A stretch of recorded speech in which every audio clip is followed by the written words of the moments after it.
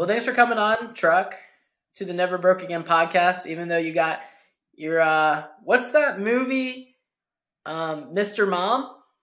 Dude, I'm living You it. look I'm like living Mr. Mom today with all the kids at home. it. Yo, man, isn't that the truth? I, Listen, stay-at-home moms, I give you credit. All the stay-at-home moms listen to this podcast. Like, I'm like gonna make a club. We're gonna become like a cult. There we go.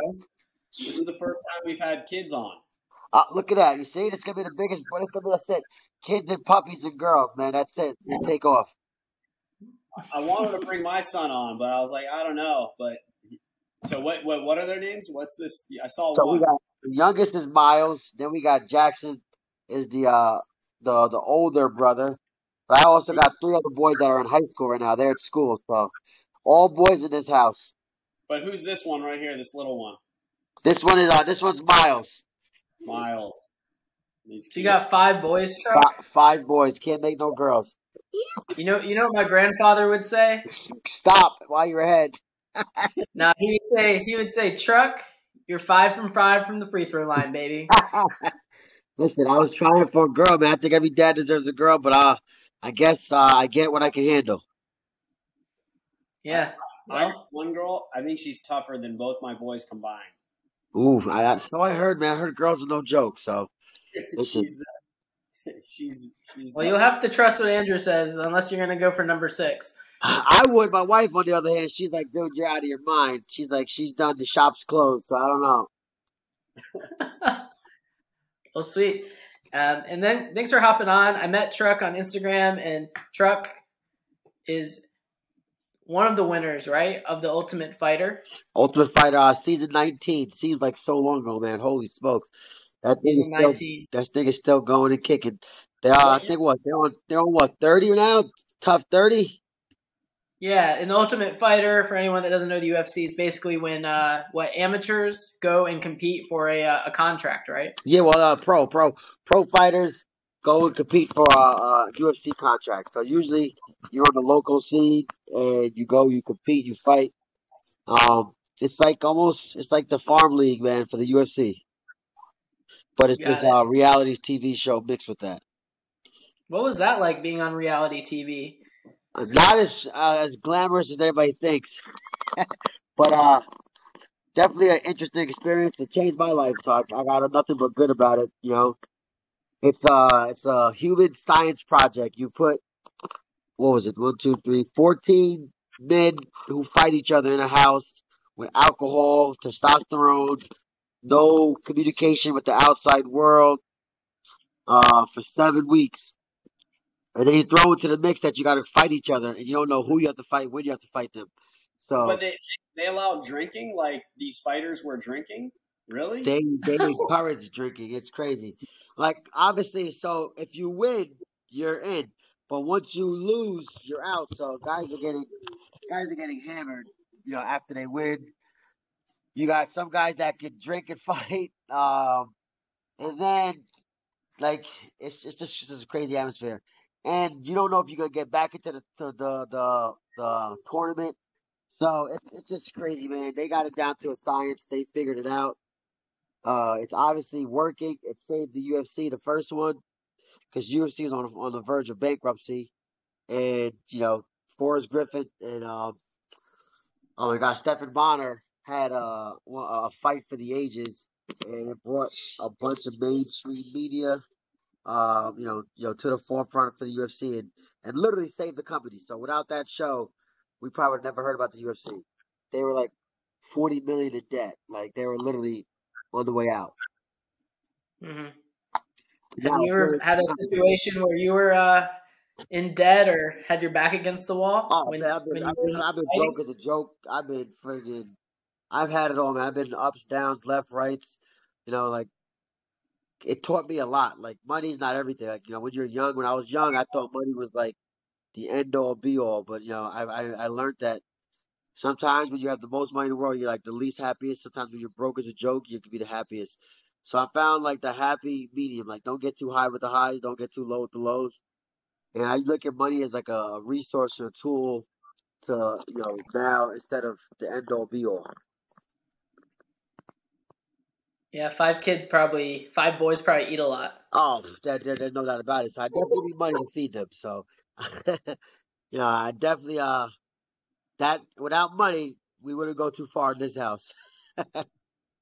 So they For put sure. And being on the Ultimate Fighter, and Andrew, I'll shut up so you can ask your next question. Being on the Ultimate Fighter, like, were you partying during that time? Are people still like partying before their fights? Like, do you have to be drunk to be a UFC fighter? Like, do you have to be that crazy? No, listen, I don't. I'm not a big drinker. So like with a big opportunity like that, I wouldn't be drinking during the show. But you'll be surprised, man. Some people drink up until the week of the fight. I had to lose a lot of weight. So when I was cutting weight, like when you drink alcohol, it's added calories. So it was a no go for me. But you'd be surprised. A lot of guys when they're on the show, they fight up in a weight class, so they don't have to worry about the weight cut. So that's a brutal part. Like for instance, when I won the show, I had 3 fights in like 2 weeks. So I had to make weight 3 different times in a 2 week period. So it was no alcohol for me. so you beat all four. You were number one out of the 14, and you didn't drink. Correct. Yeah, no drinking for me. So How it many was, were how many of those 14 were drinking? Do you know? uh, uh after they lost, everybody pretty much, Yeah. anybody that lost definitely drank because it was like, what else you gonna do? You're stuck, in a house full of guys with nothing going on besides, Well, if they lose, alcohol. I've never seen this show. So if they lose, they don't send them home. No, if you lose, you stay in. Like you lose, you're in the house because you need training partners, right? So you're stuck. You're there for 7 weeks, win, lose, or draw. So it's crazy. It's crazy. So it gets wild. Now, if you're the first guy that fights and you lose, like week one, you're out. Yeah. So like it's crazy. Now you're like hoping that somebody gets hurt. You're hoping for like the all types of crazy things to get back in the tournament. So it's not a good spot, man. Where did you start fighting? Like, what was like your introductory to martial arts or boxing? I know UFC is a plethora of different styles. Yes, so my story is a little bit different. Like I was in corporate America. I worked at JP Morgan for 5+ years. I was in finance. I got tired, burnt out like most people do, right? When you talk about finance. So I went to a UFC fight, UFC 101, Anderson Silva versus Forrest Griffin. And I was sat ringside and I was watching these guys fight. And I was like, yo, I could do this shit. My friends thought I was crazy. They was like, dude, that's the Red Bull and vodka talking. Because I was definitely drinking at that point. And I was like fat, like really fat. I was like 325 pounds, like overweight, out of shape, like crazy. But I was just like looking like, dude, I could do this. And my mentor, the owner of my company, was like, dude, if you're serious, like I'll sponsor you. And I figured from that day on, like I went to the gym. I met my high school teammate who I wrestled with and against, Chris Weidman. He took me under his wing. At that point, he wasn't even like Chris Weidman. Like he was just a ring of combat fighter. He didn't even have the ring of combat championship. And he took me under his wing, man, and the rest is history from that. Like I was able to stay with the same team, get Matt Serra, Chris Weidman, Ray Longo, pretty much trained me, and I had a great team. Somebody's tired. So you started. It sounds like you started in wrestling, like in high school. Yeah, that was my first experience of mixed martial arts. I wrestled in high school. I played football in high school, but like wrestling was my form of mixed martial arts. That was like my introduction to it. I had zero experience with anything else. So literally, I've never did jujitsu. I never did boxing, kickboxing, Muay Thai, any of that stuff. When I first started fighting, I was literally brand new to it. So didn't really have any background in it. I was just like, shit, I could do this. I could compete.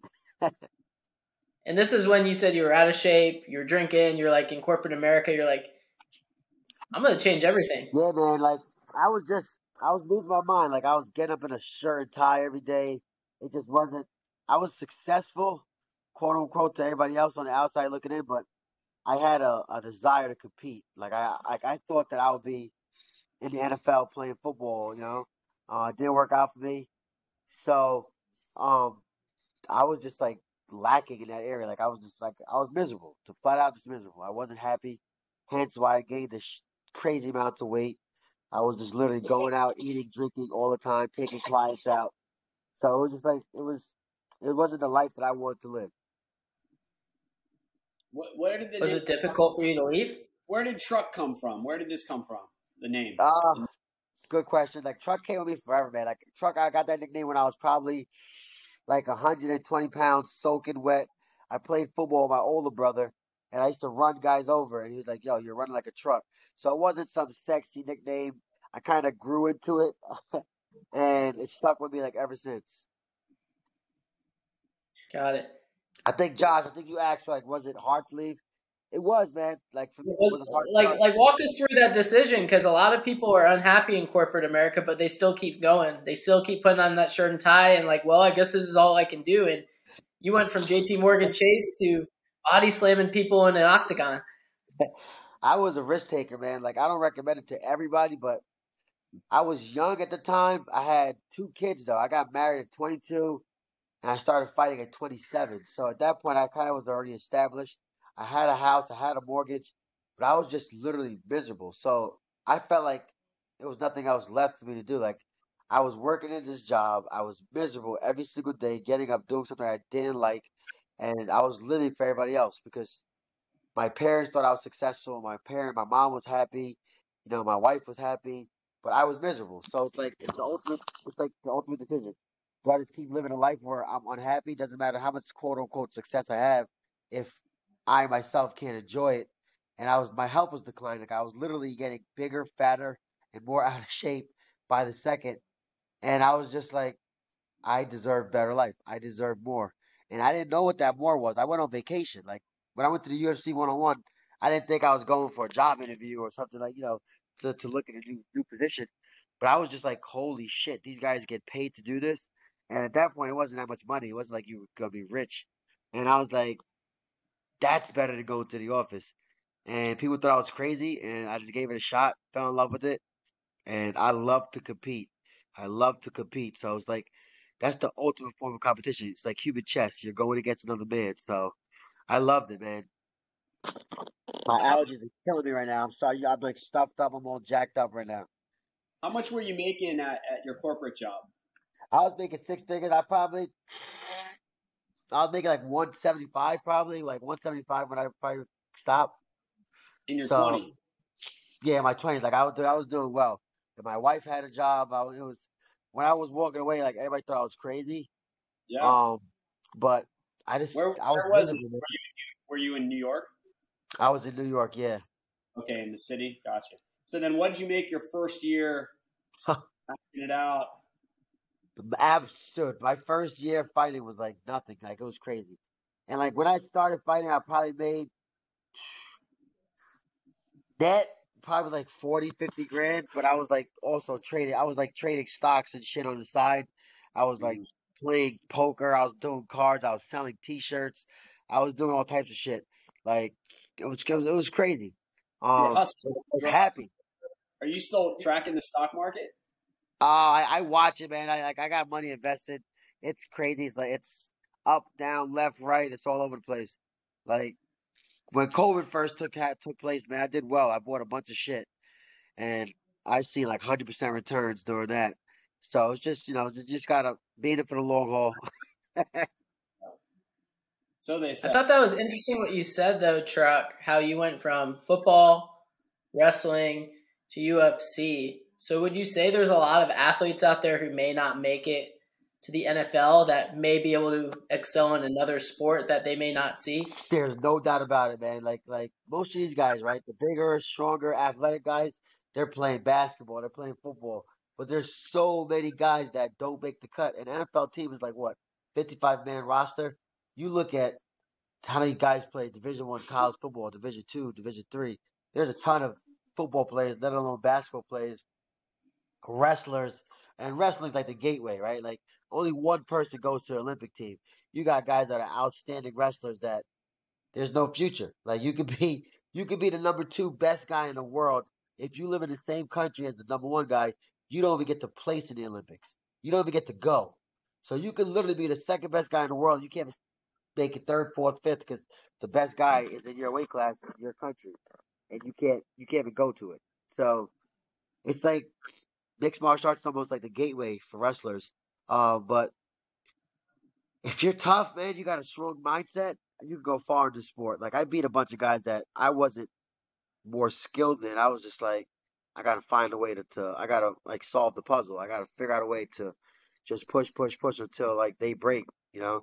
So it's a mental thing, man. I think fighting is probably 80% more mental versus physical. Like you look at these older fighters that are still beating these young guys, that's why I think drugs and performance enhancers is the worst because you get a guy that has the experience and now he gets to found the youth. That's like cheat code. Imagine if we do what we do now as kids. Like it wouldn't be fair. Hmm. Are you thinking during these fights at all? Like, what are you Uh, thinking at all, or is it just all instinctual? Like, what goes through the mind when you're like in a ring with someone that you're looking to like? I wouldn't say kill, but beat in a match. it's weird, man. It's you drill and practice and train over and over and over again. So you kind of create habits so that when you get into the fight, you're more reacting and working off an instinct. Because the last thing you kind of want to do is think. If you're thinking and you got to go through the whole thought process, it slows down everything. That's why the more experience you have, the more fights you have. You've been there. You've been in that situation, so you don't have to think as much more as like than react. If you're thinking, you're gonna be like a half a step, and it's not a you don't play fighting. It's not you play baseball, you play football, but so you don't play fighting. So it's like you can't hesitate. Like it could cost you a lot. So basically, it sounds like they might have been younger, stronger, quicker, but you were just smarter. You outsmarted them. Yeah, I was a worker, man. I always been a worker. I literally outworked them. Like I just like I was a grinder. Like I would just grind away to win. Like I would just find a way. Doesn't matter. Like doesn't matter what happened in round one, round two. I'll by the time the bell rang, I'll try to always, get my hand raised by any means necessary. So it's a crazy sport. I think that the athletes now though are progressing. They're becoming. You look at some of these young kids; they're just savages because now they're training for mixed martial arts.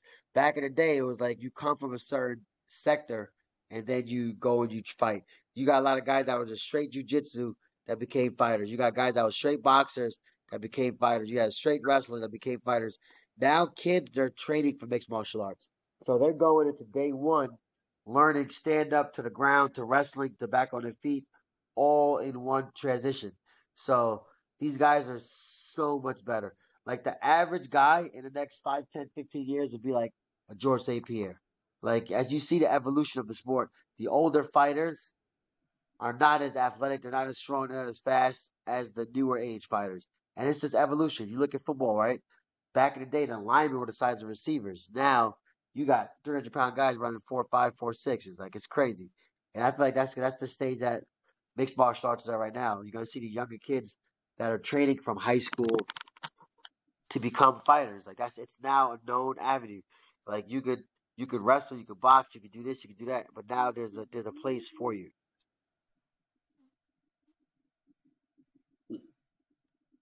So you think like schools are start giving scholarships for ultimate fighting like they are like esports now, right? Is that going to be like a big thing? I just, you know what? It could, but I just feel like too much legal stuff. I don't think they'll have like mixed martial arts in the Olympics. I don't think they'll have it for college. I think right now, like wrestling is the combat sports of choice. So it's like if you know you want to fight and you want to go to college, you go be a wrestler, And you got some guys that are just not even going to school. They're graduating high school and they're going straight to the gym. They're training from a young age, saying this is my path. So it's not like football where you go, there's a draft for mixed martial arts yet at least. Um, you literally just anybody could turn pro. Like if Josh decides that he wants to be a pro fighter, he can go fill out his friggin' medical. He can go fill out the with the athletic commission, and he can take a pro fight. Will the commission sanction him to fight some guy that had 10 fights? No. It have to be they'll match you up with somebody that quote unquote got similar experience as you, but anybody can fight, and that's why I think you get the argument about money, right? Like everybody's saying Dana White and UFC doesn't pay fighters. The problem is there's no union, and if you tell some random person that, hey, you can fight for $50,000, most people jump at that, right? Versus some guy saying, I'm not fighting for less than 5 million or 50 million. So when it comes to fighting, there's gonna always be somebody that's willing to take less money to fight. And as human beings, we like seeing car crashes. We like seeing fights. Like no matter what, there could be a pro basketball game going on. If there's a fight breaks out in the stands, everybody's watching that fight. It's just human nature. Mhm. So what are you working on now, Truck? I got a gym that I own, so I got a couple different businesses. I own a gym. I have an event space location as well where people can host parties. I do a bunch of social media stuff. I coach at my local high school, so I'd say I stay busy. And before COVID, I used to do a lot of motivational speaking stuff. That avenue kind of changed a lot. It's starting to slowly open back up, which is cool. I'm not big on. There's some coaches that does speeches and stuff and training programs online. I don't.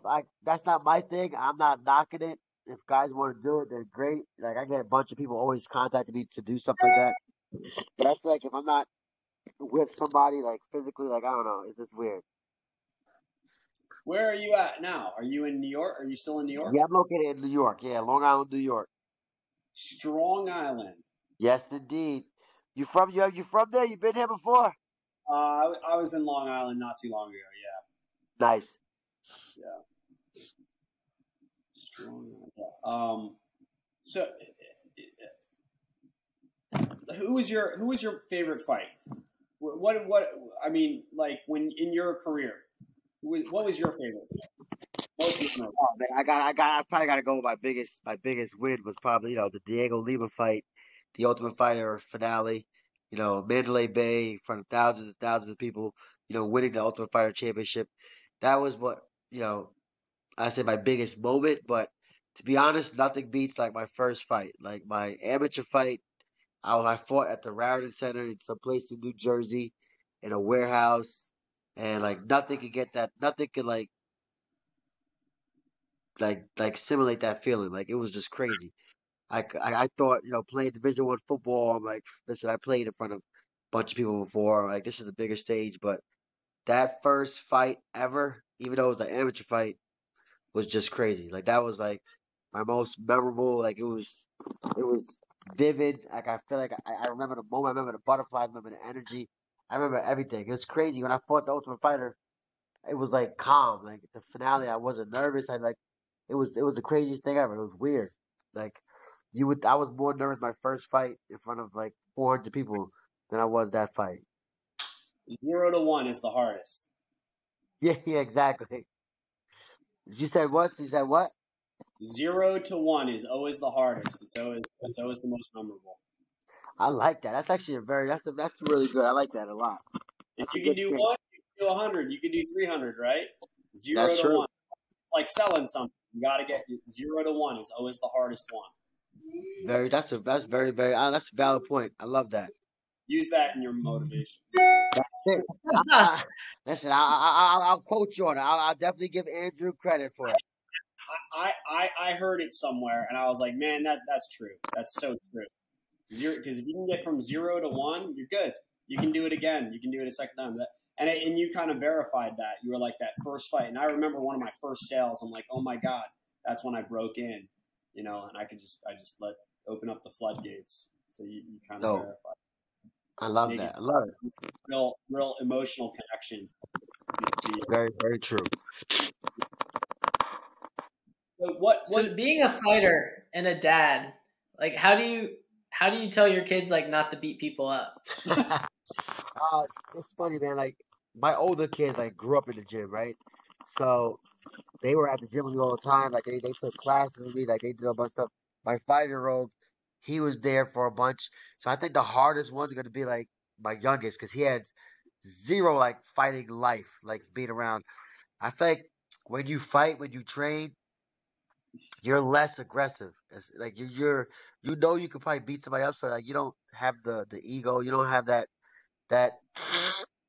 that desire to show somebody up. It's like so like I don't know. I feel like any kid that does martial arts, like it comes with a discipline factor of it too. So I feel like that's a bonus, It comes with a what? like a discipline factor. Like Oh yeah. you're taught like not to use what you learned outside. You're taught to be respectful. You're taught this is for competition purposes only. So like realistically, like I don't get into bar fights. I don't know. I don't have a big ego, man. Like somebody tell me they're gonna beat me up. I'm like, okay, cool. You're a tough guy. You win. Like I don't know. That's just it's all good. Let's throw 50 G's Like in. if someone did attack you on the streets though, like would you just how would you handle that? If like you I'll did have definitely to defend myself. There's no doubt about it. Like I'll definitely defend myself, but I will react with the same amount of threat that I'm getting. Like somebody comes to me with a freaking gun or knife, like I'm gonna react with deadly force as well. But somebody's drunk and they're throwing some sloppy ass punches, like I could detain them, with wrestling and jujitsu, where I don't have to punch them and beat them up. Like I could get them I could get them under control with minimum effort. But if somebody's coming at you with a freaking gun or a knife, like now your life's on the line. Now it's fight or flight. the truck stick has to come into play. Oh, for doing like that, yeah. It's like at that point it's survival, right? Like, fight or flight. Like especially like when it's my kids, somebody's attacking my kids or put my family at harm, yeah, all bets are off. Sweet. Andrew, got anything else you want to ask Truck before we let him pop another some allergy medicine or Dude, something? I am like, literally I am like dying right now. Yeah, I see your eyes are watering, so we'll wrap things up here. Oh man, truck. So yeah, I mean, how long was your career? I did not look up a whole Yeah, lot. so You- I started at 27, so Okay, 11 right. years like counting 'cause I still contemplate fighting, man. Like I didn't fully, completely like retire yet. Obviously every day that passes by, it's like I don't want to get punched in the face no more ever again. Um, but there's opportunities like I see the boxing stuff, man. You see all these bare knuckle boxing, you see all these celebrity fights and stuff like that. Like I got offered a fight January 6th that just passed. We couldn't come to agreement on the money terms. 'Cause I'm not fighting for free, man. At this point, like I've done it. I fought at the highest level there is. I fought some of the best guys in the world. Like I'm not gonna go out there and just fight for free. It's got to make financial What does sense. terms look like? Give the audience some insight. What do these guys? What do they offer for the fight? It varies, man. Like it'll vary. It'll go from as little as $20,000 to as high as millions of dollars. Like I ain't getting $1 million fight offers, as of yet. Realistic. Those are the Conor McGregor numbers. I'm a realist. But like for me to take a fight, like I can't imagine training for 6 to 8 weeks. Sacrificing family time for anything less than, 6 figures, man, because you got to realize how much, these promoters are making off you. If some young kid comes in and he kicks the Ultimate Fighter 19, season 19 UFC fighter's ass, now he just took all my quote unquote clout. He took whatever, and it's like for what, And it just helps promote that kid. So now that kid's just like a launching pad, and you see it a lot. You see a lot of like legends. The promoter will set them up with a young up and coming killer to kind of you know transition their fans to their fans to the young kids fans. So it's like I respect it. It's part of the game. It's part of the sport. I'm not gonna ever take a fight that I feel like I can't win. I think that's like my ego, my confidence as well. What if you didn't have to train at all, and it was just against Josh, and then it was going to be fixed? Say, I don't think my ego will let me do a fixed fight, man. Like I don't know. Like So I hear people. that occur in the industry? Are there? I mean, obviously in boxing, you always hear about that. The stories. Is that happening in UFC? Do you think? I think it's a possibility. Mm-hmm. I think it's definitely a possibility. Who knows? You Like don't want to. You don't want to say any. You don't. I Or you don't. I don't know of any personally. I just feel like it's just different. Like with UFC, with mixed martial arts, it's so different. Like you fight, if you win, you get a bigger paycheck. If you win, you get more money, you get more fame. So the incentive to lose is just doesn't make sense.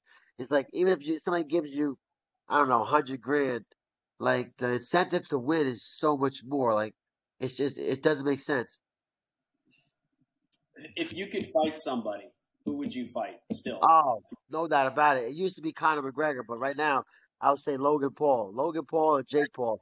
Any day of the week. Like any day of the week. Would you take both of them at the same time? Oh, I'm not that crazy. Listen, I most fighters are they legit or are they they just What like about me and you, Truck? Me and you, Truck versus the Paul brothers. Like, just I could distract them. we can work something out. We can come up with a strategy. But listen, you got to give those guys credit. Like they were high level wrestlers, so they are athletic. They got the money to get the best training in the world, and they got the time. And if you look at Jake in the well, they're beginning to Jake now, on steroids, right? I mean, I that's the lead. so what they say. I don't know. So I didn't see the dude stick himself with a needle, so I'm not going to sit there and say he's on whatever. He's got the finances to do it. He's got the support to do it. Who knows? But you can't deny his skill. He got a lot better. He from his first fight when he fought the other YouTuber to when he just fought Tyron Woodley, he's gotten so much better. And if you got to give a guy respect. Anybody that walks into a cage, whether you have one fight or 100 fight or a ring, you get my utmost respect because most people would never do it. They'll talk the talk, but they'll never walk through that cage. They will never go and fight somebody that they know has been training for 2, 3 months to go knock their head off. If you think about when we were a kid and you got to fight after school and somebody some bully said I'm gonna beat you up, most kids can't even get to after school, let alone thinking 3 months. 3 months down the road you got to fight. Hair, time, weight, step on the scale. So I got respect for all those guys. I would just like to fight them now because I'm not getting any younger, and they're training every single day. Um, but that's a fight I will love because I think I'll make a lot of money, and I would think that's a fight that I could win quite easily. Especially boxing, just straight. Andrew, let's set it up. Andrew, let's set it up. Let's bring it in. Let's Hey, get them on the phone. Let's make the moves. back pocket. What's our broker fee on that? Oh, dude, I'll shoot you 15%, no doubt about it. Well, all right, we'll keep it on our back pocket. What would you box them? Can you handle boxing against them? No doubt about it. I would love to do a boxing match. That'll be mixed martial arts. Would be fair. I think those guys wouldn't survive in a mixed martial arts fight just because I think the jujitsu part is just too much. Because they're good wrestlers, but if they don't have any ground game, doesn't matter how good of a wrestler they are, they'll get submitted or just be in trouble. Plus the punches, Yeah. the kicks, it's a different animal. Boxing would level the playing field, and I would love it. So, did you have interactions that you had? I'm assuming you did with Dana White. I love Dana White. Dana White is the man. Like Dana White is as real as it gets. Like some people can't handle that. Like I love the fact that what you see is what you get with Dana. Like I always had great conversations with Dana. I could always reach out to Dana and he'll communicate with me and it's him. He's just a real dude. Like what you see is what you get. Some people can't handle that. People can't understand business. Is there things about the UFC that I don't like? Yes. Do I understand why they do it? Yes, because I own a business. Like you're gonna operate your business and try to minimize the costs and expense as much as possible, maximize um the profits as much as possible. That's business Truck, 101. Truck, I got a question that is more of like an Andrew question, but I'm reading Andrew's mind now. So I'm gonna say what Andrew's thinking. Would you ever get back into the finance game and be in the finance game for fighters? I thought about that, man. I thought about that so much. I had my Series 7 license. I had my Series 63. But I feel like I don't know. It'll more have to be on a consultant basis because I'm I wouldn't want to. I wouldn't want to start trading their money and doing all this stuff because when it comes to finances, nobody's ever happy, right? That's kind of why I got out of it because I would make my clients 10% gain on their money. They'll be pissed off because their friend got 15%, but they wouldn't be willing to take the risk. Then if you lose somebody's money, you lost their money, so they're gonna be pissed off regardless. So I felt like it was not that many people were always happy. And at that point, I was a people pleaser. So I was like, I always wanted my clients to be happy. I always wanted my clients to be happy. And my mentor was like, dude, if you gave somebody 8% or better, they're not happy, they tell them to go somewhere else. And Yeah. flat out, and I was always wanting them to just be happy and happy. So I don't know, I could guide them, give them suggestions. Tell me where you want. I'm gonna send you a 369 hat. We want to get in the UFC game. All right. Because like one thing with I'm sure up and coming fighters, it's not the money that you're going to make them when they make the money. It's educating them so that they don't lose the money when they make it. That's the best point. I made so much less money than some of these big, huge fighters, and they have nothing to show for it. Like, it's crazy to me. Like my Well, because fight, you were educated, that was your background, so that, you already had the knowledge of like, hey, like, I gotta save this money because who knows when my next fight, and now you're not taking $20,000 yeah, fights. Like that ain't worth your time now. that's what I'm saying. Like it's crazy Yeah, to me. Like and it doesn't. people want to dream and spend, right? Say it again. People just want to live the dream and spend, get the cars, get the planes. Dude, it's the craziest thing I've ever seen in my life. Like, and I know a bunch of NFL guys, a bunch of basketball guys, and to see how much these athletes that go broke, it's scary. And the amount of money they made, it's like they think I'll buy a 5, 10, $15 million house, and I'll buy it cash, and they forget that you gotta pay taxes, you gotta fucking maintain this house. It's You gotta furnish that bitch. yeah, I really That's like that's how much is it to furnish a $15 million house? it's crazy. It's crazy. It's crazy. really like Gronkowski. He But did then not. again, In Gronkowski, you know what he did? He did not spend a cent of his salary, only his endorsement money, I believe. yeah. Is all he would use, and he would just take his salary, put it away. Take a salary, put it away, 100%. Man, And he's just smart, man. He did it right. that's Unfortunately, dumb. a lot of guys don't, which is scary. And you would think by this day and age they'll figure it out, and we wouldn't have that problem. But nope, the numbers are still the exact same. The numbers are like so eerie similar. It's crazy because, Well, let's solve that problem, man. Let's solve this problem. dude, Well, it starts earlier than that, right? Because they grow up and they're a lot of people are financially illiterate is what it comes down. yeah, You're doing like school systems and financial literacy, and do they even care? And yo, you hit it on the head, and Josh might remember me saying this. I was like. I started like a program where I want to get kids, physically educated, mentally educated, as well as financial literacy. And it's almost like a boys and girls club, but like teaching them the three aspects of it, get you trained up physically for it, get you mentally right for it, and then give you like the invitation of like what you can do when you actually get it. Because it's not about getting it at this point, man. It's about keeping it. Like, I don't know, like life insurance, like it's not about figuring out how much money you have at this point. It's about is your money gonna last? Because it's not we're, what you we're, make, we're living longer.